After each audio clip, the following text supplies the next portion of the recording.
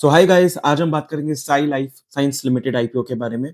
तो ये कंपनी जनवरी 1999 को इनकॉर्पोरेट हुई थी और ये रिसर्च एंड डेवलपमेंट में है and manufacturers of small molecule है, मतलब अलग अलग मॉलिक्यूल्स ये सब मैन्युफैक्चर करती है। और ये टेलर मेड सर्विसेज भी देती है बायोटेक कंपनी को एंड ग्लोबल फार्मा कंपनीज को। माने अगर कंपनी को कोई R&D करना है, कोई रिसर्च करना है, तो ये आउटसोर्स कर देगी इस कंपनी को, साई लाइफ को, और ये उस पर R&D करेगी एंड वापस वो जो रिसर्च किया है वो उस कंपनी को दे देगी। तो बेसिकली ये बी टू बी मॉडल है। और बी टू बी मॉडल में ये प्रॉब्लम होता है कि जो बी टू बी मॉडल्स में मार्जिन ज्यादा कमा नहीं सकते, क्योंकि अगर कोई कंपनी ने साई लाइफ को अपना R&D आउटसोर्स करने को दिया है तो वो क्यों दिया? ताकि वो एक इफेक्टिव कॉस्ट हो, एफिशिएंसी बढ़ाए। मगर अगर साई लाइफ ज्यादा चार्ज करेगी तो जो कंपनी ने आउटसोर्स किया था वो उसे इन हाउस कर लेगी और खुद ही डेवलप कर लेगी, तो मार्जिन बहुत कम होते हैं। अगर देखें तो ये 280 फार्मास्यूटिकल कंपनीज को केटर करती है, प्लस ये across country such as US, UK, Europe and Japan में भी एग्जिस्टिंग है। अगर हम कंपनी की साइंटिफिक स्टाफ्स की बात करें तो 2000 प्लस साइंटिफिक स्टाफ है एंड कंपनी के पास 3000 प्लस एम्प्लॉइज है। तो अगर हम आईपीओ की बात करें तो आईपीओ खुलेगा डिसंबर 11 को और क्लोज होएगा डिसंबर 13 को। अलॉटमेंट का डेट है 16, रिफंड्स आएंगे आपके 17 को और लिस्टिंग डेट है 18। अगर हम प्राइस बैंड की बात करें तो 522 से लेकर 549 है। और जैसा कि मैं हमेशा कहता हूं कि हमें अपर प्राइस बैंड में अप्लाई करना है। लॉट साइज 27 है। अगर हम इशू साइज की बात करें तो 3042.62 सीआर का है, उसमें से 950 फ्रेश इशू है और ऑफर फॉर सेल रिमेनिंग है। मतलब कि ज्यादा ऑफर फॉर सेल ये लोग जा रहे हैं, फ्रेश इशू कम जा रहे हैं। तो एक नेगेटिव फैक्टर है, आगे देखते हैं क्या होता है इस आईपीओ में। एक लॉट की बात करें रिटेल में तो 14823 की है।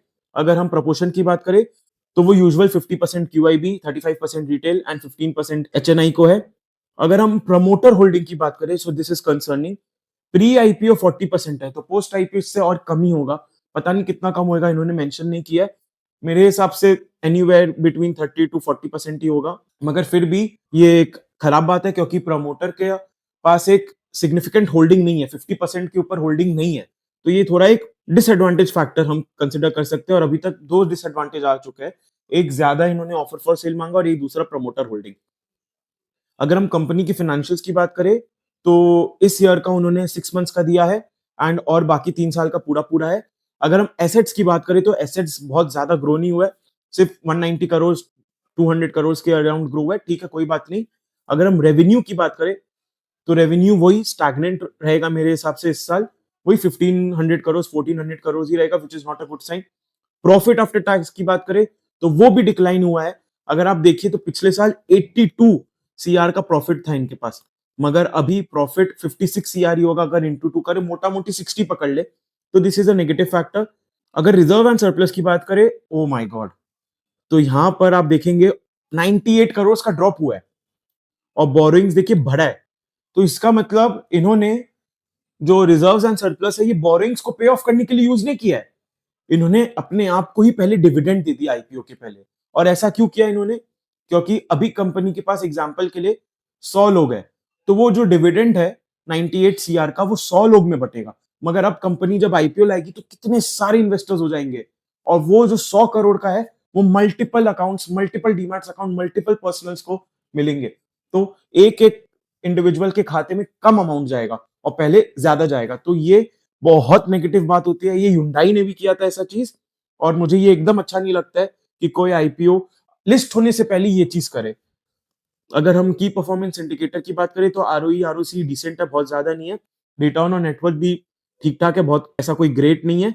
Oh my God, PV ratio 10 का है, क्या बोले अब हम। पीवी रेशियो 10 का इतना महंगा, देखते हैं पीयर कंपैरिजन करेंगे तो देखते हैं कि ये जस्टिफाइड है या नहीं। मेरे अकॉर्डिंग से बहुत ज्यादा ही महंगा है। पार्ट मार्जिन की बात करें तो बहुत खराब ही है, जैसे मैंने कहा था B to B business model है तो खराब ही रहेंगे, 5% है। ईपीएस की बात करें तो ईपीएस भी कुछ ग्रेट नहीं है, पेयर कंपैरिजन में हमें पता चलेगा।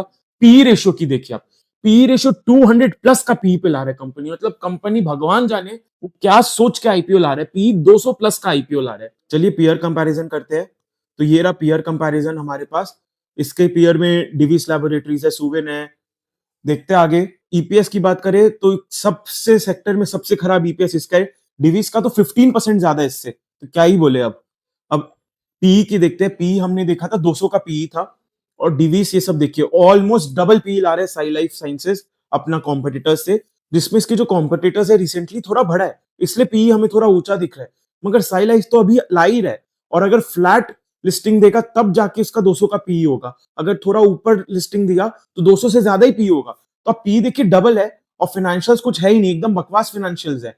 तो देखिए कितना महंगा आईपीएल आ रही है, सिर्फ ये जो इन्वेस्टर्स है, रिटेल इन्वेस्टर्स जो बिना पढ़े बस जीएमपी को देख के अप्लाई कर देते हैं, उनका फायदा उठाना हुआ। अगर हम रिटर्न ऑन नेटवर्थ की भी बात करें तो देखिए एकदम हॉरिबल है, चारों में से सबसे खराब इसका है। पीबी का भी हमने देखा था कुछ 10 के करीब था, और ये देखिए सबका 6 और 7 के करीब है, ये 10 के करीब, इसका अलग ही चल रहा है। ये सोचता है कि सब रिटेलर्स बकवास बेवकूफ है, एकदम नॉनसेंस फाइनेंशियल्स है इसका, क्या बोले अब इसको। अगर ऑब्जेक्टिव ऑफ द इशू देखे तो part payment of the borrowings करना है, तो बोरोइंग्स कितना था हम देख लेते हैं एक बार, 764 करोड़ था।